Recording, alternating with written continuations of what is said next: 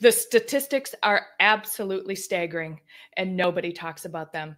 Well over 600,000 men, women, and children are exploited into human trafficking every single year. This is going to be a super, super tough discussion that we're going to have today, and we're going to tackle it.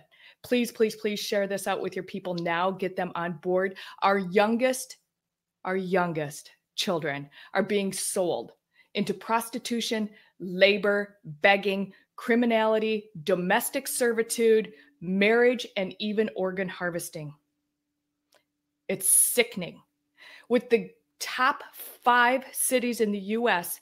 being San Diego, Houston, New York, Las Vegas, and yes, Columbus, Ohio.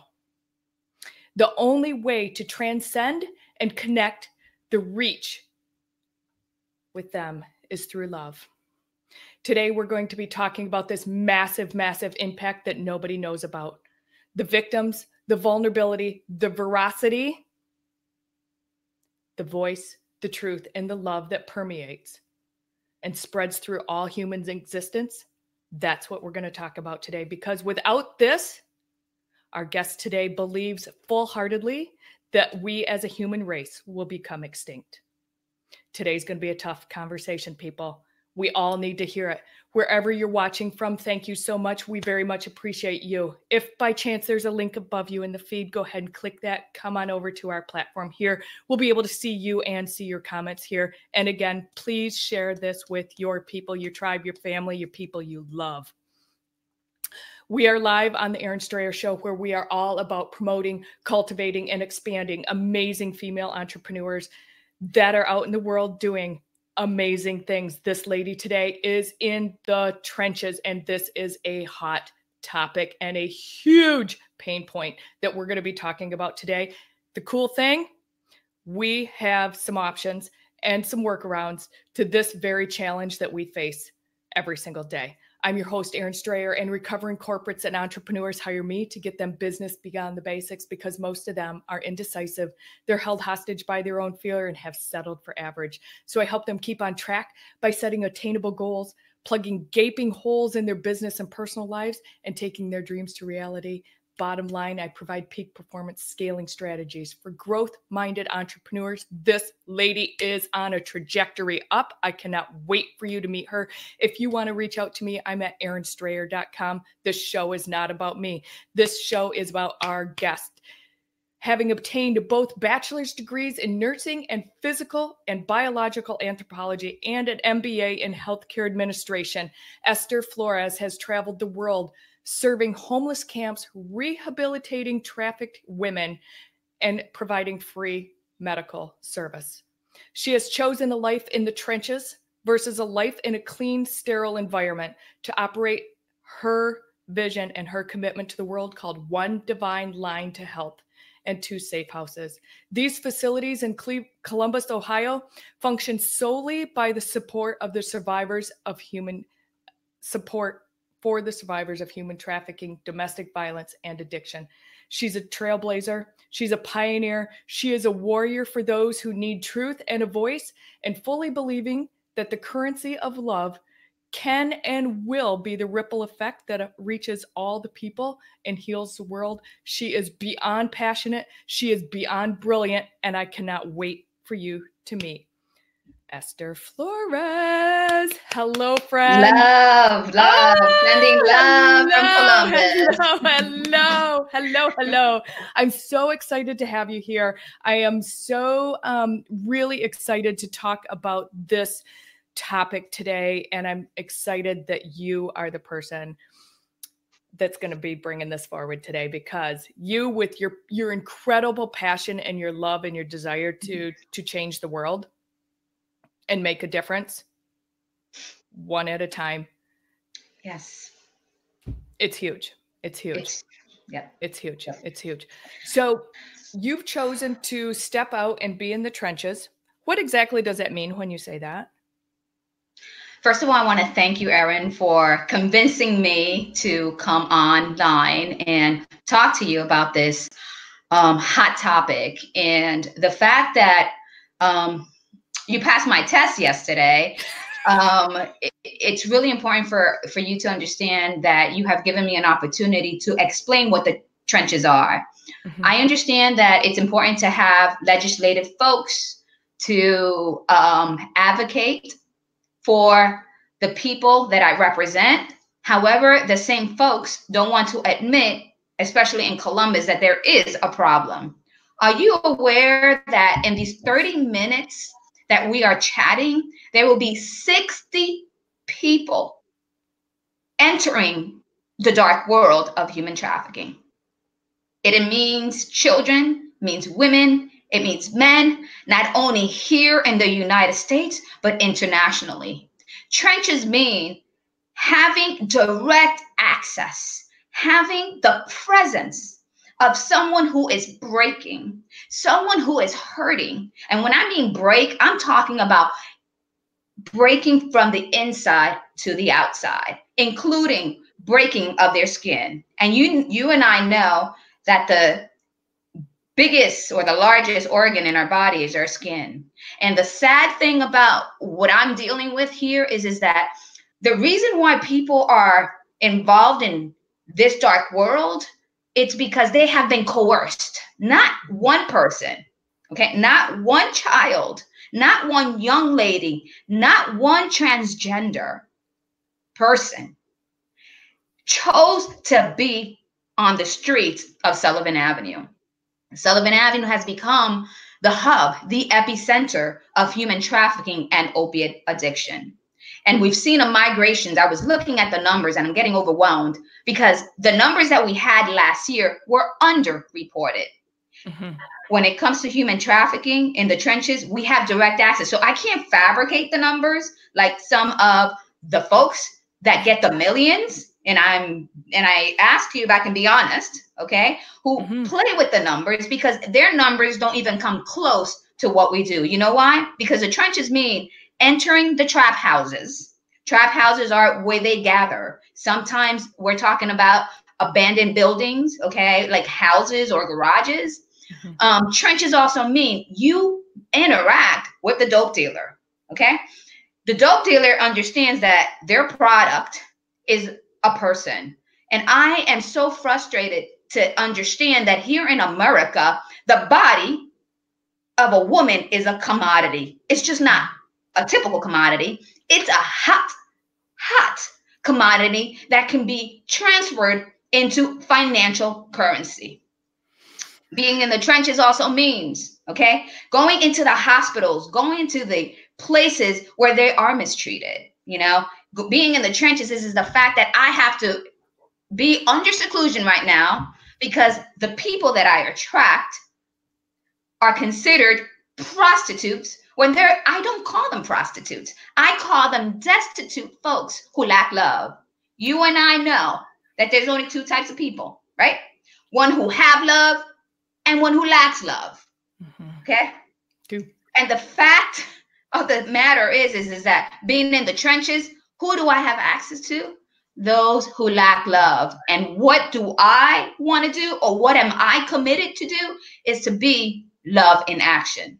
Does that give you an understanding of what being in the trenches is? Yeah. And, you know, I'm so moved by you. I'm so inspired by you. This is such a difficult conversation for me because I have children. Yes. I am a woman, and men are not excluded from this either. Yeah. Right. Our young boys are not excluded from this. And the anxiety that comes to me as a parent, mm-hmm. because I didn't know. I didn't mm-hmm. know until I started researching to have you on the show. The numbers are just, I want to vomit. I mm-hmm. absolutely want to vomit because we choose not to know. Yes. We choose not to pay attention. We choose to think that it doesn't and isn't going to affect us. But the reality of it is I'm a straight shot north of you. Mm-hmm. Mm-hmm. Yeah. I'm a straight shot on one highway. You don't even have to turn off of it. Yep. North of you. And And I have goosebumps all over me. This is going to be a tough conversation for me because it is so close to my chest, and I care so deeply about what I've learned in a very, very short period of time. And I want to talk about the anxiety that comes up with that. I want to talk about that for a second. And the anxiety that not only us as it doesn't affect us kind of people. Sure. Versus, and in addition to the people that it actually does affect, like yes. You are there, you are feeling it, you are with them, you're walking into those homes, you're walking on the streets and pulling them into your love van, right? Like you are the love bug. Your love bug. Yeah, they called it. They named it. They called it. I didn't. Because you work solely on what you call a love currency. Yep. And that money of love, right? Yep. And I just want to talk about that anxiety piece for a second and what that looks like from your side, because I'm totally feeling it on my side, and I'm not in it. I'm not in the trenches. It's anxiety, we know, and we're going to keep it simple. It's fear. And unfortunately, the traffickers, what do? They use fear, through coercion, to manipulate the mindset of that person. And the most vulnerable, like you said, are the children. So I think it's very important that every woman, every parent, okay, understands that they need to educate their kids, about this, that there are mean-spirited people. There are perps there, from the White House to your local government. All right. We had a situation here, just a few days ago. A meteorologist was caught with pornography on his computer. Okay. Pornography is a gateway. Children are being coerced into showing their bodies. Okay. So then what happens is the fear starts developing because they know that mom and daddy, tells them you need to be open, you need to be, if anything happens, come to me. But what happens is that stranger on the other line starts winning their trust and starts acting out with these kids. And these kids are so vulnerable. Then they start exchanging phones, all right, toys, things of the nature, mailing things to their homes. And next thing you know, they come in contact and betray the trust of their parents. Okay, so you see the anxiety. So the kid is actually developing an anxiety. Do I listen to mom, dad, to my teacher, to my brother or my sister, or this person who could be acting like a teenager, or acting like someone in his or her age, and next thing you know, it's a grown adult. And what happens is the child is in fear. Now the child is coerced, and now they enter the dark world of human trafficking. Yeah. And the fear for the parents, it happens in the blink of an eye. And the sad, and it's hurting me because how do I deal with anxiety? I try not to live in anxiety because I'm constantly in the dark, and a lot of the stuff that we do, it's not 8 to 5, of course I do a lot of, networking and all that. This is dark. Okay. So I have been, I meet people, and thank God that the drug dealers and even the pimps, they respect me because they're commodity. I'm feeding them, I'm clothing them, I'm keeping them alive. It's less money for them to spend. But the problem that we're having is that this anxiety is festering, that even our own officials are so afraid that they don't want a person like myself, okay, to receive the grant funding, because I know what we need. It's called love currency. We know that love currency and financial currency, if they come together, we can do so much. This is why this organization, when I say it's grassroots movement, it's 100%. That's what it is. We are 100% funded by the community. We are 100% solution driven. All right. And most importantly is that we are 100% love. And that is the reason why these folks are coming out of the woodwork. They see the love bug and they come out. they ask, hey, can you help me? We take them into recovery, we feed them, we clothe them. And the saddest thing right now that I'm seeing, and this is why you have to understand that human trafficking, they're self-medicating because they have so much anxiety and so much fear. So they're relying now on injectables, you know, Sure. the heroin, the fentanyl, you know, they're snorting things. It's polypharmacopoeia. They're using so many drugs to do what? To self-medicate the emotional pain that's internalized, and now it has wrapped around their physical body. So this is where love comes, and we don't judge. We accept them for who they are. Like, how many times, you know, I've wanted to just tell a girl, are you out of your mind? Do you understand what you're doing? I can't. I have to just follow and trust the process that I'm in, because I do know that when we have that drop-in center, oh, something is going to happen. That the epicenter, which is the hilltop, okay, it will change. It will become the left epicenter. This is how your husband got involved in the picture. And I love your husband. I haven't met him yet. I'll meet him tonight. Yeah. He advocated for us, you know, and he says, maybe my wife should learn about this. Well, VIP 24K, they're part of this organization that decided to adopt us to help us. That's what love does. So it's not that they're only going to learn about human trafficking tonight. They are the solution. And this is why, Erin, you are being a part of the remedy to annihilate these two epidemics that are tied to each other. Okay. I know that you got pill poppers, you know, in suburbs, and they don't see themselves as, oh, I'm not really a drug user because I have a medical, you know, I have a prescription for the drug. Doesn't matter if you're taking it over and over and over again. There is a problem, because it's supposed to be something that's temporary. There's no difference between the person on Sullivan Avenue and the person on Grove City who is taking the pills or injecting the opiates. Yeah. It's so true. And I want to talk for a solid little bit here about your drop-in center. Mm-hmm. Your drop-in center is a huge need that you have. Yes. And you had a love donation of an actual home, yes. But the home that's going to be this drop-in center currently needs a lot of work. Yes, it does. to be transformed from a home into almost a treatment center for you, right? Like your kitchen needs revamped. You got some other things that need to be taken care of inside the home. Yes. Like, let's talk about that for a second, and what the drop-in center looks like and is for these people. Well, currently, I'm renting a house, you know, from a special friend who actually is a volunteer. She also runs a sober house. You know, I run safe houses. I have 2 safe houses.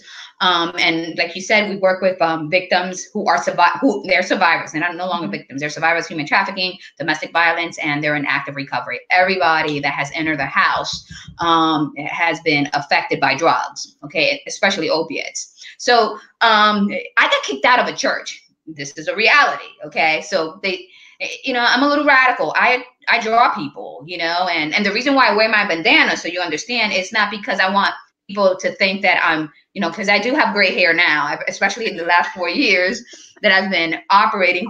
I know you hide it. I have the bandana to cover it, you know, is that it's part of the brain that's affected, is motor sensory. So if you was to enter the drop-in center right now, it's a house, because the people that I work with, all right, they are in fear of institutional settings. And this is why they don't want to hear, you know, solutions like this, because they want to bring all the monies, and I'm being honest with you, to those big institutions. Mm-hmm. When, mind you, the folks don't know what a home is. A home for them is a trap house. Okay. Sure. They have people that are gathered there. So house is basically a real house, and we provide the resources to them. However, right now we have a small bathroom, and the small bathroom, we're limited because they can't take a shower. So the goal of the drop-in center, and research has shown us that it is very effective, because it's what is called a harm reduction model, because it's located right there where the victims are at. This is why the addiction problem that we have, it's so great. This is why the human trafficking issue is so great, because they always tell the victims, you need to go to the facility. Who has the salaries? Who have the cars? Okay. Who needs the focus groups? Who needs the peer support groups? You know, who needs the physicians? They do. You know, it's such a difficult situation for me because I cannot wear my scrubs. I've done more wound care in the last 2.5 years that I've been operating full time, you know, as, you know, the founder of this organization, working with them, than when I was in a hospital. I mean, isn't that kind of weird for you to think about that?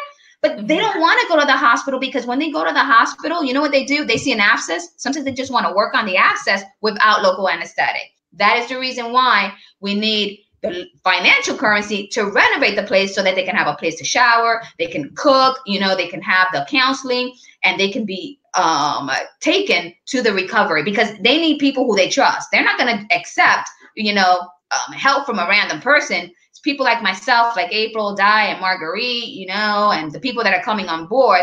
They're the ones that they trust. So it's a trust factor. Well, and I'm sure that that group of people that you just mentioned are the people that they have their first interaction with out on the streets, right? Yep.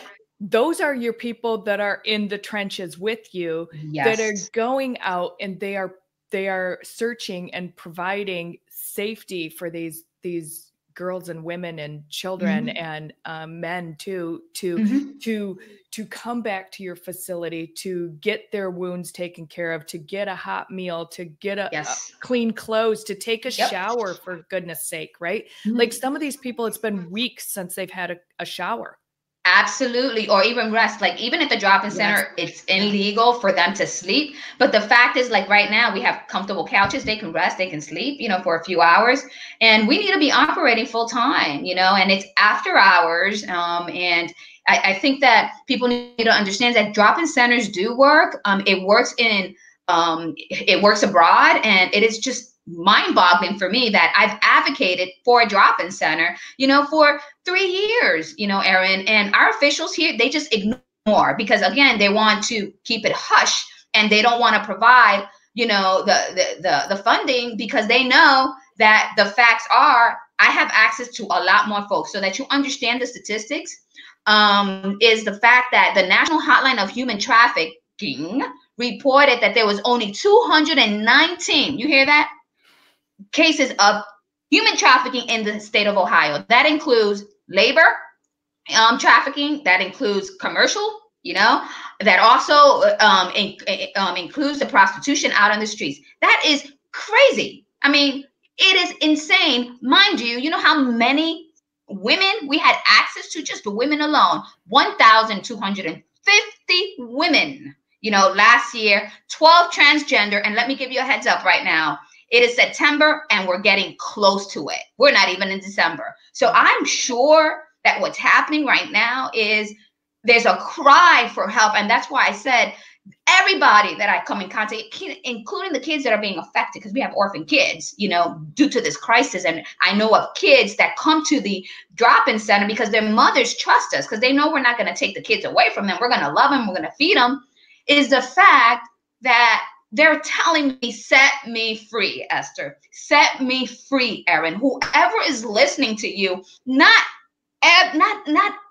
hurts me, because I don't want to get emotional here, you know, and I've become more of an emotional person since I've been doing this, is the fact that not one wants to be out there. You know, they are literally in their distress signal. They're saying to me, set me free. And we can set them free. Use your love currency. Use your financial currency. Support the trench workers, the radicals, the people like us. I do not care. I do not care if I lose my life, because I know that my blood is red and it represents love. And if I die, I'm going to die with a fight, crying out for love, crying out for the protection of these precious souls that need help. And we have it. We have it deep within our hearts. It's called love. If you are a parent, you have love. Even if you're dating someone, you have love. Even if you're not dating, you have love, because you know what? It took love to create you. So it's time for you to express it by supporting grassroots movements like ours. It's so true. It's like I don't even want to interrupt you. There's so many amazing things that you've dropped in the last 10, 15 minutes here. And one thing that I really want to stress on is that this is a massive, massive labor of love for you. You are a nonprofit. I went and dug these statistics out that the donations that you do receive, 70 to 75% of that goes right back into these people that are coming into your home. The rest of it goes to pay for your taxes and your the little bit of overhead that you have. You function 100% on donations. That is absolutely 100%.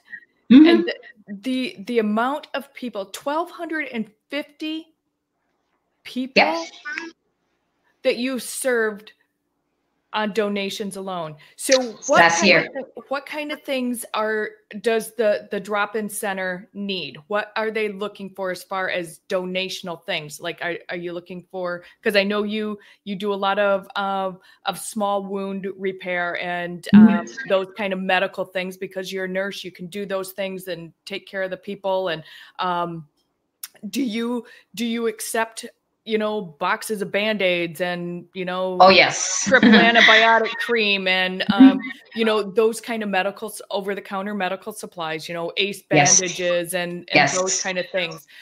Absolutely. What else is your biggest supply need, like right now? Toilet paper, toiletries, shampoo, those kind of things? Or is it more of a clothing? Okay, the tangible, actually everything that you said, and you got to understand, I don't have the space. This is why we need the house renovated, because part of the deal is that we're going to use, and I've been doing that already. Even our 2 safe houses, we store supplies, But for the drop-in center specifically, what we're going to need is, and it'll help me even a lot more, is to get the ACE wraps, to go ahead and get the Band-Aids, the different types of Band-Aid, non-latex, gloves. I'm using a lot of gloves. I do have gloves right now, but the amount of treatment that we do, and remember, I'm a registered nurse, so I'm only doing first aid. I don't do any debridement or anything like that. But it's just first aid. I try to teach them clean skill, the clean techniques. But how can I teach them clean techniques when they don't have access to water? So that's why operating, okay, and I know that you come from a medical background and you come from an OR experience, and I do too, is the fact that we need accessibility to water. And that's why we need the contamination room, which is going to be / the bathroom, because we need to make sure that they take a shower, and that they understand, what, these wounds, MRSA infected, Erin, and you know what MRSA infected wounds are. It's a public health hazard.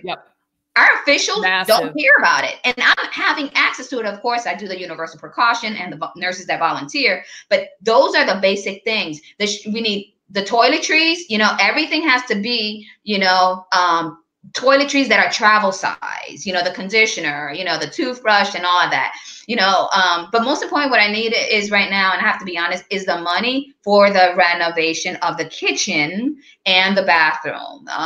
And everything else will fall into place, because right now we probably have about 2 months worth of goods, but the clothes too, very petite, from 00 to size 6. Those are the sizes that we're working with, and we collect seasonal stuff because we don't have the space. Once we have the drop-in center, it'll be awesome to have, storage. Sure. So I just want to recap that any kind of over-the-counter medical supplies, gloves, triple antibiotic, latex-free Band-Aids, ACE wraps, those kind of things. Gloves. But the big need is really, the monetary to get that. There's been a link that's been dropped in the comment section, people, for you to go to. You can comment on that. That does go directly to this VIP 24 class that's located in Columbus that has adopted Esther and her One Divine Line to Health organization to adopt them as their charity that they are raising money for. That link goes right to there. All of those monies will go right to Esther. That team of students has dedicated to volunteering over 3,000 hours to you and your facility, and have committed to raising over $114,000 for you. I don't know if you know that or not. Was I not supposed to say that? But I heard about it a few days ago. That is their commitment to you. And yes, my husband is one of the students in that class. But beside that, it's such a near and dear topic to me, and one that doesn't get talked about enough, and that we feel like it doesn't affect us. We feel that at any given point that, you know, it's not going to be our children. It's not going to be us. It's not going to be my niece or my nephew. It's not going to be the little kid next door that's waiting for the bus stop, right? Like, we just don't feel like we're going to get affected. And we are so wrong in thinking that. Yes. We are so wrong in thinking that. And to take it to the next step, and I really want to honor your time and our people's time. I honor you so much for your commitment to this project. What you've taken under is like this massive, like wholehearted step out and do the work, step into the trenches. The passion comes through with every word that you speak. I have a hugest amount of respect for you. And however, myself, my show, my business, our family can help and support, you got a lifeline right here with us. So I very, very, very much appreciate and respect what you have chosen to do. We've had quite a few people on right now. Yeah, there's a lot. We're crying also with you, Jennifer, because I've been holding back over here. It's tough. It's a lot of people have been watching with us live. If you're watching the replay, please let us know that you're watching the replay. Let us know how we can together work towards this goal for Esther. And Esther, I want to just really, you want to close the show out? Show out. Close the show out, girl. Take us home. All right. Martin Luther King, he's one of my icons. And I love one of his quotes. It's really impacted my life because I do work in darkness. And he said, "Darkness cannot drive out darkness. Only light can do that." He also said, "Evil cannot drive out evil. Only love can do that." It is not ironic that the motto of our organization is love heals the sick and love heals the world. I'm not talking about the universe. I'm talking about your world. I'm talking about my world. I'm talking about Erin's world. I'm talking about MJ's world. I'm talking about Angel's world. I love those girls. I love Gabe. He lost his parents to this. He's just 9 years old. Everything that we do is based on love. And what I can tell you is, without a shadow of a doubt, that if you trust and believe in love, the caregiver or the recipient, as well as the giver, both worlds are transformed. Don't judge people for how they look. Don't judge them because of their gender. Don't judge people because they had a difficult upbringing like me. Because you know what? The real world changers are the ones who have been destitute, who have been traumatized. That's where true resilience is. And it is only love that can impact their world. And I'm so glad that VIP 24K took the initiative to adopt us, because we're different. But what's more important, that we're coming together to change a lot of people's world here and abroad, because we also work through abroad. So love truly heals the sick and love heals the world. Erin, I love you. Stop crying. I almost made it. Thank you again. I almost made it. Everybody, thank you so much. This is the amazing Esther Flores. She is the founder and visionary behind One Divine Line to Health. It is an amazing organization that is in need of your money donations. The link is in the feed. It will be everywhere posted for you to go and donate and help her get that drop-in center up and running so that she can serve at a bigger, better, more efficient manner to her community of Columbus, Ohio. Esther, I adore you. I adore you. Everybody, thank you so much for watching with us today. We'll be right back here soon.